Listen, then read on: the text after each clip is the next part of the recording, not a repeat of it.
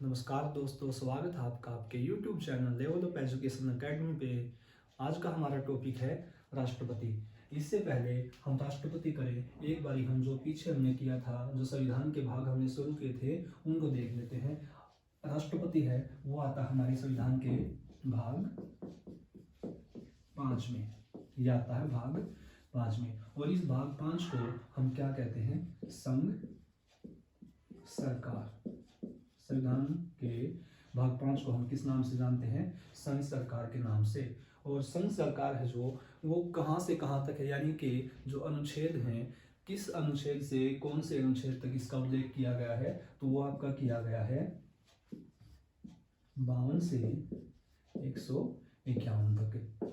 52 से 151 तक की संघ सरकार का उल्लेख किया गया है। आज हम करेंगे राष्ट्रपति। राष्ट्रपति करने से पहले एक बारी जो संघ सरकार है उसके जो भाग हैं या उसके अंग हैं, हमें उनका पहले पता होना चाहिए। तो एक बारी हम उनको देख लेते हैं कि कौन कौन से अनुच्छेद हैं जिनमें संघ सरकार है जो समाहित की गई है। अब सबसे पहले संघ सरकार कार्यपालिका है अनुच्छेद 52 से 78 यानी कि 78। उसके बाद विधान पालिका है जो 79 से 123। उसके बाद न्यायपालिका है हमारी 124 से 147 और ये हमारी 147 से 151। ये अनुच्छेदों की संख्या है।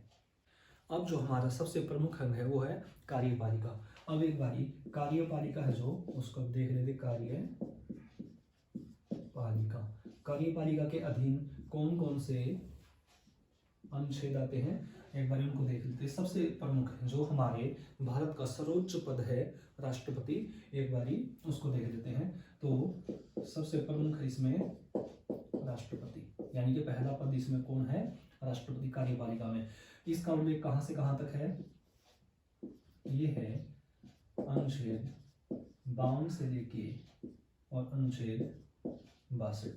यानी कि राष्ट्रपति में ये पूछ लिया आपसे कि राष्ट्रपति पद का उल्लेख है जो कितने अनुच्छेदों में किया गया है, तो वो किया गया आपका 10। कितने?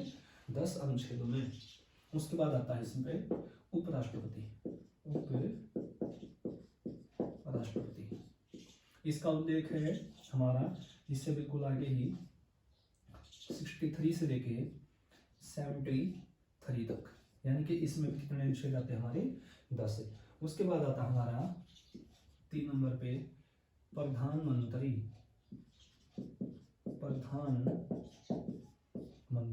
और प्रधानमंत्री में कौन कहां से कहां तक उल्लेख है?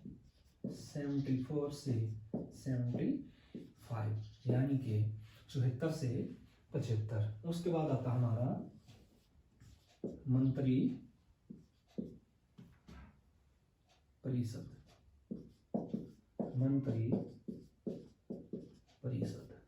मंत्री परिषद जो उसमें कौन सा अनुच्छेद है? इसमें केवल एक अनुच्छेद है, वो है 76 यानी कि 76। ये आपसे बहुत बार पूछे जा चुके हैं कि प्रधानमंत्री जो उसका कहां से कहां तक उल्लेख किया गया है, यानी किस अनुच्छेद से किस अनुच्छेद तक उल्लेख किया गया है। इसमें आपके 2 ही है, इसमें आपका 1 है। अब इसके बाद आता हमारा सबसे अंत में AG महान्यायवादी है जो इसका उल्लेख है 77 से 78, यानी कि 77 से लेके 78। ये हमारे कुछ जो कार्यपालिका के प्रमुख अंग है जो उनके बारे में। और आपको पता होगा कार्यपालिका है जो वो 52 से लेके और 78 तक इसका उल्लेख संविधान में किया गया है।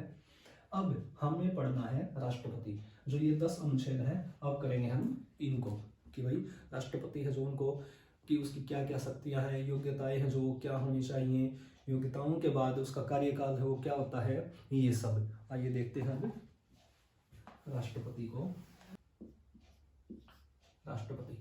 अब सबसे पहले क्या होता है कि हमारे संविधान में बोला गया कि क्या होगा, भारत का एक राष्ट्रपति क्या होगा, नंबर 1 पे भारत का एक राष्ट्रपति होगा। ये किस अनुच्छेद में बोला गया है, ये आपका 52 में, यानी कि 52 में ये बोला गया है 52 में कि भारत का एक राष्ट्रपति होगा। उसके बाद हमारा अनुच्छेद आता है 53, यानी कि 53। अब इसमें क्या है, जो कार्यपालिका, जो अभी अभी मैंने आपको बताया था ना कि कार्यपालिका के अंग ये हैं, तो कार्यपालिका की शक्तियां किस में निहित होंगी, राष्ट्रपति में। कार्यपालिका की शक्तियां किस में निहित होंगी, राष्ट्रपति में। शक्तियां राष्ट्रपति में निहित होंगी। अनुच्छेद 53 क्या कहता है, राष्ट्रपति है जो उसकी कार्यपालिका की शक्तियां जो राष्ट्रपति में निहित होंगी। वैसे जो शक्तियां हैं उसको हम किसी अगली क्लास में करेंगे कि राष्ट्रपति की शक्तियां जो कौन कौन सी होती हैं। उसके बाद आता है अनुच्छेद हमारा 54। अब इसमें क्या है, राष्ट्रपति का चुनाव जो कि सबसे प्रमुख है। क्या है इसमें, राष्ट्रपति का चुनाव जो कि सबसे प्रमुख है कि राष्ट्रपति का चुनाव है जो कैसे होता है। राष्ट्रपति का चुनाव, अब देखेंगे हम जो राष्ट्रपति का चुनाव है वो कैसे होता है और कौन कौन इसमें भाग ले सकते हैं। अनुच्छेद 54 यानी कि अनुच्छेद 54 है जो, इसमें क्या है, राष्ट्रपति का निर्वाचन। क्या है इसमें, राष्ट्रपति का निर्वाचन। तो राष्ट्रपति का निर्वाचन है जो वो कैसे होता है, सब इसमें हम इसमें देखेंगे कि इसमें भाग कौन कौन ले सकते हैं। तो ये आपका सबसे अति महत्वपूर्ण प्रश्न है कि इसमें भाग कौन कौन ले सकते हैं। तो एक पे जो भाग ले सकता है वो है संसद के दोनों सदनों के निर्वाचित सदस्य, यानी कि यहाँ पे शब्द यूज किया है मैंने निर्वाचित, यानी कि जो मनोनीत सदस्य होते ना वो राष्ट्रपति चुनाव में भाग नहीं ले सकते। अब संसद के जो 2 सदन हैं कौन कौन से होते हैं, एक लोकसभा,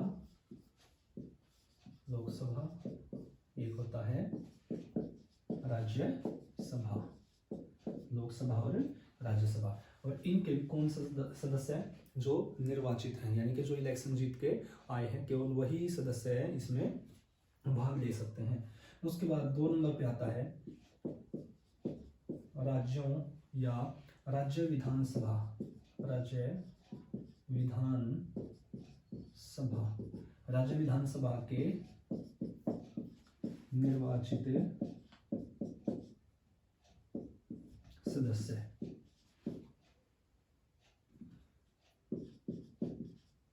इसमें भी केवल निर्वाचित सदस्य हैं जो वही भाग ले सकते हैं। राज्य विधानसभा के निर्वाचित सदस्य, भाग कौन नहीं ले सकते, उसके बाद भाग नहीं ले सकते,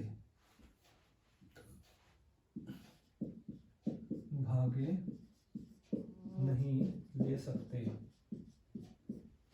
वो आपके राज्य विधान परिषद के सदस्य। अब ये चाहे मनोनीत है चाहे ये निर्वाचित है, ये राष्ट्रपति के चुनाव में भाग नहीं लेते। और ये क्वेश्चन आपसे बहुत बार पूछा गया है, जो एग्जाम्स होते हैं उनमें बहुत बार पूछा गया कि राष्ट्रपति के चुनाव में भाग कौन तो ले सकता है और कौन नहीं ले सकता। ये है कुछ राष्ट्रपति का जो निर्वाचन है, जो उसका आधार है, किस आधार पे होगा वो आपके सामने। अब आती है इसकी विधि। अब आती है विधि कि जो राष्ट्रपति का चुनाव है उसकी विधि क्या होगी, वो है आपका अनुच्छेद 55 में। और राष्ट्रपति का चुनाव जो कैसे होता है, एकल संक्रमणीय मत विधि से। अब आता है आपका 55। इसमें क्या है, चुनाव या निर्वाचन की विधि, यानी कि विधि क्या तरीका होगा। और ये जो अब हमारे एग्जाम्स होते हैं उनमें पूछा जाता है कि किस विधि के द्वारा राष्ट्रपति का चुनाव होता है, वो है एकल संक्रमणीय गुप्त मतदान विधि। वो है एकल संक्रमणीय गुप्त मतदान विधि। इस विधि के द्वारा जो इलेक्शन है वो करवाया जाता है। अब इसमें सबसे प्रमुख है, इसमें एक व्यक्ति सभी जो उम्मीदवार होते हैं सभी को क्या दे सकता है, अपना मत दे सकता है। वो कैसे दे सकता है, वो देखिए,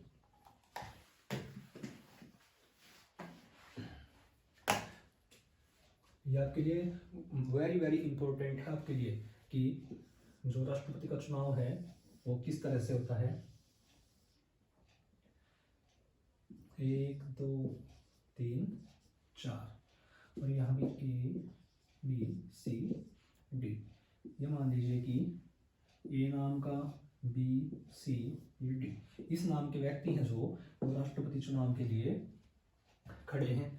अब जैसे कोई एक व्यक्ति, यानी कि जो अभी अभी बताया था कि कौन कौन भाग ले सकते हैं, उनमें से पहला व्यक्ति आएगा या कोई व्यक्ति आएगा। अब वो जो इलेक्शन है जो इसकी विधि है वो कैसे होगी, यानी कि एक व्यक्ति ही सभी उम्मीदवारों को क्या दे सकता है, अपना मत दे सकता है। इसलिए इसको क्या बोलते हैं, एकल संक्रमणीय गुप्त मतदान। और ये कैसा मतदान होता है, गुप्त।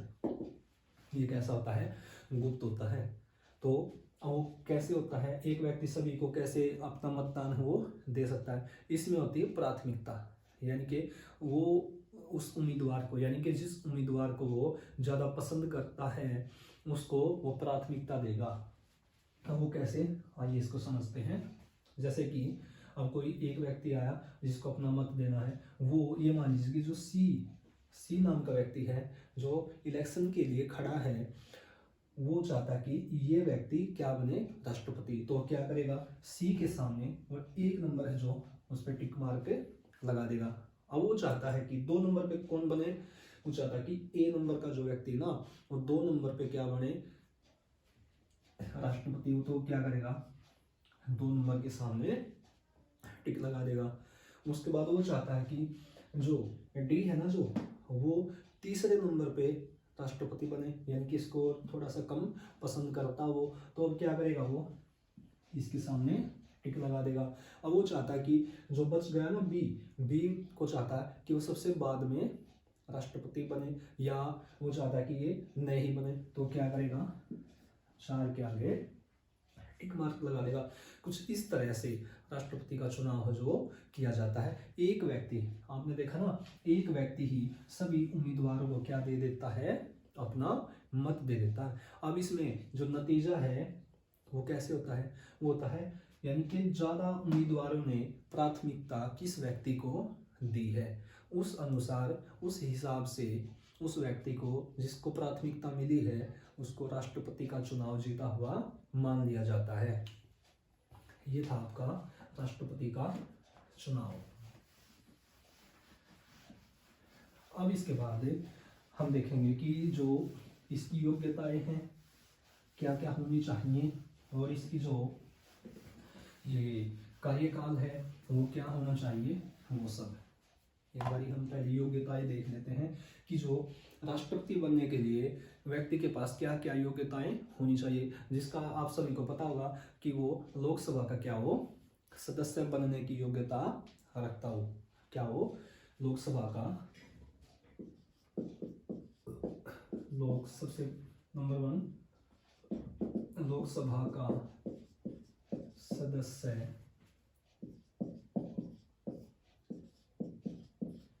बनने की योग्यता, यानी कि जो लोकसभा का सदस्य बनने की योग्यता ना, वो केवल होनी चाहिए उसकी, यानी कि वो लोकसभा का सदस्य होना चाहिए या राज्यसभा का सदस्य होना चाहिए, बस उसकी जो योग्यताएं है वो होनी चाहिए कि वो लोकसभा का सदस्य बनने लायक हो। अब इसकी सबसे पहले हम देख रहे हैं कि जो लोकसभा का सदस्य बनने की योग्यता है वो क्या होती है, वो होती है नंबर 1 आयु। क्या होती है? आयु। अब ये होती है आपकी 25 वर्ष। जो लोकसभा का सदस्य बनने की आयु क्या होती है? 25 वर्ष। लेकिन राष्ट्रपति जो बनने की जो आयु है वो कितनी होती है? 35 वर्ष। राष्ट्रपति पद के लिए यानी कि चुनाव में खड़े होने के लिए जो आयु है वो कितनी होती है? 35। ये केवल लोकसभा का सदस्य बनने की योग्यता रखता हो, ये नहीं है कि वो लोकसभा का सदस्य होना चाहिए। और ये मैंने जो आपको 25 वर्ष बताया है ना, ये आपकी लोकसभा की योग्यता के अनुसार। और एक्चुअल में जो राष्ट्रपति पद के लिए खड़ा है तो उसकी आयु कितनी होनी चाहिए? 35 वर्ष पूरी कर चुका हो। अब उसके बाद आता है हमारा 2 नंबर पे, यदि वो किसी लाभ के पद पे है तो उसको लाभ के पद से क्या देना होगा? त्याग पत्र। इससे पहले उस पर यानी कि जो व्यक्ति खड़ा होगा उस पर फौजदारी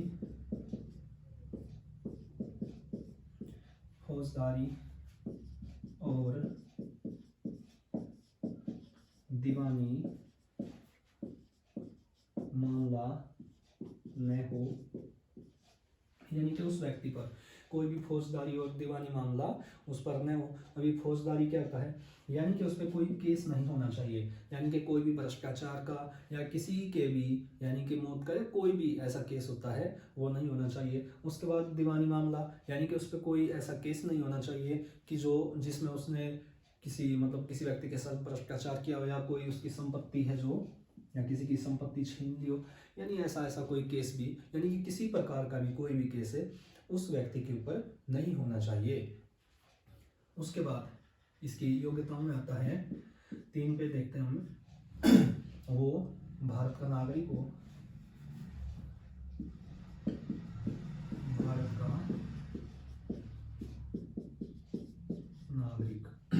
और यहाँ सबसे प्रमुख बात है वो भारत का नागरिक हो, केवल भारत का नागरिक हो, यानी कि यदि कोई व्यक्ति भारत की नागरिकता प्राप्त कर लेता है तो वो व्यक्ति भी जो राष्ट्रपति का चुनाव है वो लड़ सकता है। ये नहीं है कि वो भारत में ही जन्मा हो, यानी कि केवल भारत की नागरिकता प्राप्त की हो।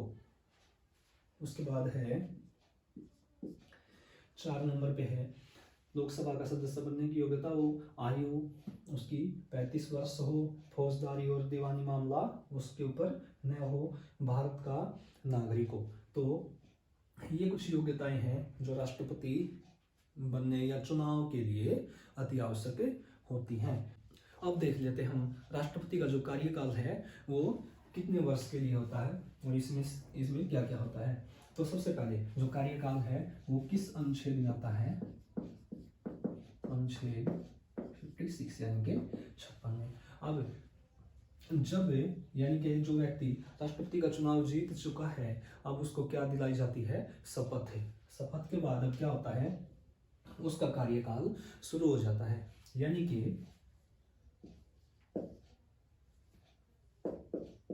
शपथ के बाद या शपथ के दिन ही उसका कार्यकाल है जो कितने वर्ष के लिए? 5 वर्ष। यानी कि आपसे पूछे कि राष्ट्रपति का जो कार्यकाल हो कितने वर्ष के लिए होता है? वो होता है 5 वर्ष के लिए। अब इसमें क्या है? ये था आपका अनुच्छेद 56 में। अब ये मान लीजिए कि किसी व्यक्ति की या राष्ट्रपति है जो वो बीच में ही अपना त्याग पत्र है जो दे देता है, किसी वजह से वो इसकी मौत हो जाती है या वो त्याग पत्र दे देता है, तो उसके बाद राष्ट्रपति पद है जो वो कौन संभालेगा? तो कौन संभालेगा? उप राष्ट्रपति। और उपराष्ट्रपति अब वर्तमान में कौन है? जगदीप धनखड़। जगदीप धनखड़ उपराष्ट्रपति कौन है? जगदीप धनखड़। और राष्ट्रपति कौन है? द्रौपदी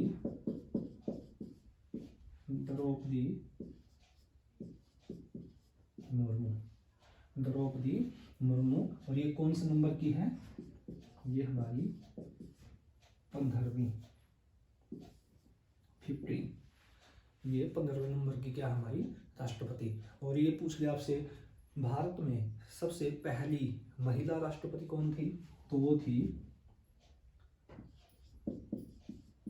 प्रतिभा देवी सिंह पाटिल।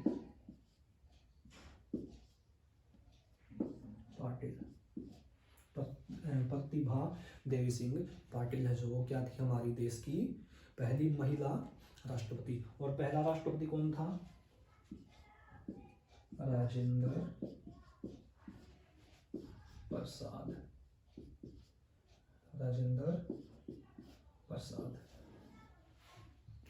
अब देखते हैं हम इसके बाद कार्यकाल के बाद यदि मौत हो जाती, क्या मौत के बाद या उसके त्याग पत्र के बाद जो उपराष्ट्रपति इसका कार्यकाल संभालता है तो कितने वर्ष के लिए वो यहाँ पर वो काम करेगा? तो वो होता है आपका 6 महीने।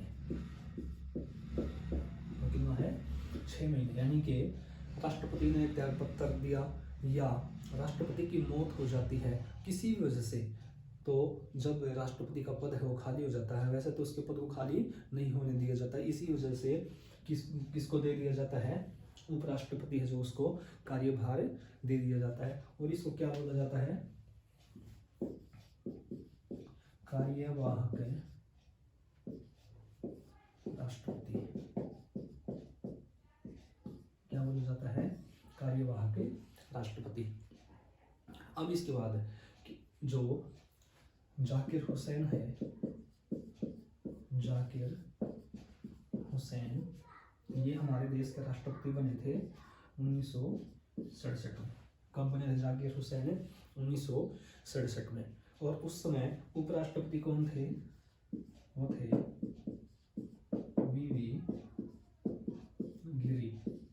वीवी गिरी हैं जो उस समय क्या थे? हमारे उपराष्ट्रपति थे। और इनकी जो मौत है वो हो जाती है 2 साल के बाद ही, 1969 में इनकी क्या हो जाती है? यानी कि 1969 में इनकी क्या हो जाती है? मौत हो जाती है। उस समय जो ये उपराष्ट्रपति थे ये क्या करते हैं?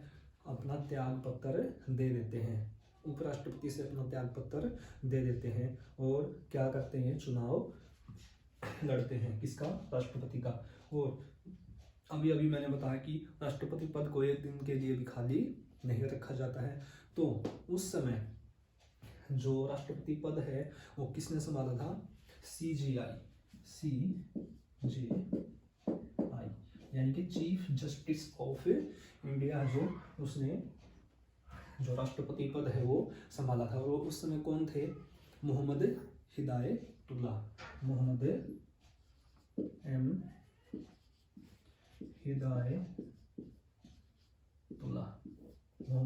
हिदायतुल्लाह जो उस समय क्या थे? वो जो CJI है, यानी कि CJI होता है जो वरिष्ठ या मुख्य जो न्यायाधीश होता है सुप्रीम कोर्ट में, वो आपका क्या होता है? CJI।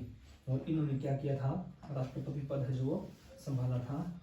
और उसके बाद जाकिर हुसैन है, इन्होंने जो इलेक्शन था, चुनाव, वो जीत लिया था। और इन्होंने फिर 1974 तक क्या किया था? राष्ट्रपति के रूप में कार्य किया था। अब देखते हैं हम पुनर्निर्वाचन। अब आता हमारा पुनर्निर्वाचन। पुनर्निर्वाचन है जो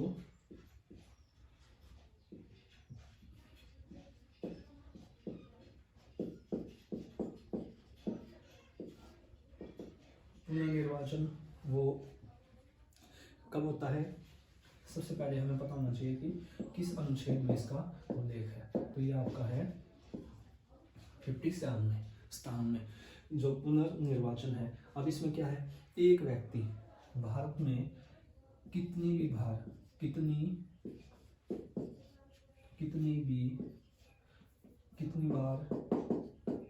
भी राष्ट्रपति बन सकता है। भारत में एक व्यक्ति कितनी भी बार राष्ट्रपति बन सकता है। लेकिन यूएसए में क्या है, एक व्यक्ति केवल 2 बार ही राष्ट्रपति बन सकता है। अब देखते हैं हम जो राष्ट्रपति पद है उसकी शपथ है जो वो कौन दिलाता है और वो कब लेता है। उसके बाद ये नहीं है कि कोई भी एक बारी राष्ट्रपति बन गया तो उसके बाद उसको कोई हटा नहीं सकता। तो उसको किस विधि के द्वारा हटाया जाता है, महाभियोग विधि के द्वारा। अब एक बारी हम देख लेते हैं जो शपथ है, क्या शपथ है जो वो कौन दिलाता है राष्ट्रपति को। तो इसका उल्लेख है अनुच्छेद 60 में, इसका उल्लेख है अनुच्छेद 60 में। और इसको जो राष्ट्रपति है उसको शपथ कौन दिलाता है, इसको दिलाता है सर्वोच्च न्यायालय का प्रमुख न्यायाधीश।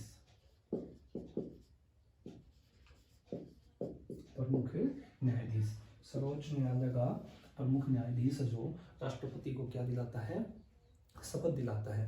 अब उसके बाद इसमें आता है आपका, हमने जो राष्ट्रपति का कार्यकाल वो देख लिया, योग्यताएं हैं वो देख ली, चुनाव है वो देख लिया, अब ये जो राष्ट्रपति का पद है हमने वो भी पढ़ लिया। अब आता है कि क्या राष्ट्रपति को उसके पद से हटाया जा सकता है। हाँ बिल्कुल, तो वो आपका आता है अनुच्छेद इसमें 61 में। अनुच्छेद जो 61 है उसमें क्या आता है, राष्ट्रपति पर महाभियोग,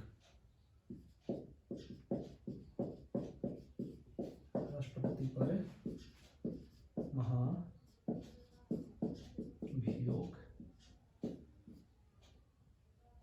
राष्ट्रपति पर महाभियोग। अब ये क्या होता है, यानी कि इस विधि द्वारा हम किसी भी राष्ट्रपति को उसके पद से हटा सकते हैं। लेकिन ये विधि है जो ये कैसे काम करती है, इसमें कौन कौन भाग लेता है। इसमें सबसे प्रमुख भाग होता है केवल संसद का, और संसद के कौन से सदनों का, राज्यसभा